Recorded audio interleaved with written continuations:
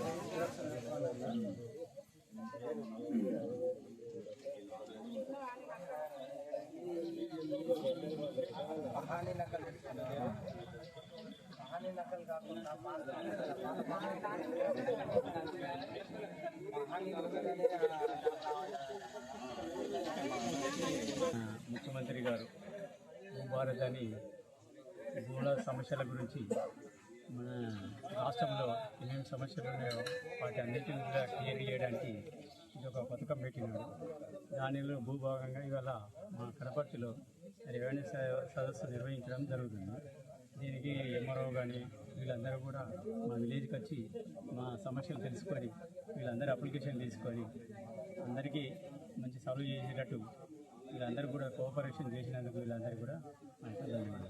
గ్రామంలోని భూ సమస్యలు భూ వివాదాలు ఏమైనా ఉంటే భూభారతి ద్వారా మీ యొక్క సమస్యలను పరిష్కరించడానికి మీ గ్రామానికి రెవెన్యూ సిబ్బంది వచ్చి మీ యొక్క సమస్యలను పరిష్కరించడానికి వారు రావడం జరుగుతుంది. మీకు ఎటువంటి సమస్యలు ఉన్నా కూడా అంటే గత ప్రభుత్వం చేసిన తప్పిదాలు భూభారతి ఇప్పుడు ధరణి వల్ల వచ్చిన సమస్యలు ఏవైతే ఉన్నాయో మీ భూములు వేరే వాళ్ళకి ఎక్కడం కానీ ఇట్లాంటి సమస్యలు ఏవైతే ఉన్నాయో ఆ సమస్యలను భూభారతి ద్వారా సమస్యలు పరిష్కరించడానికి ప్రతి గ్రామంలోని గ్రామం రెవెన్యూ సిబ్బంది తిరుగుతూ మీ యొక్క సమస్యలు పరిష్కరించడం జరుగుతుంది.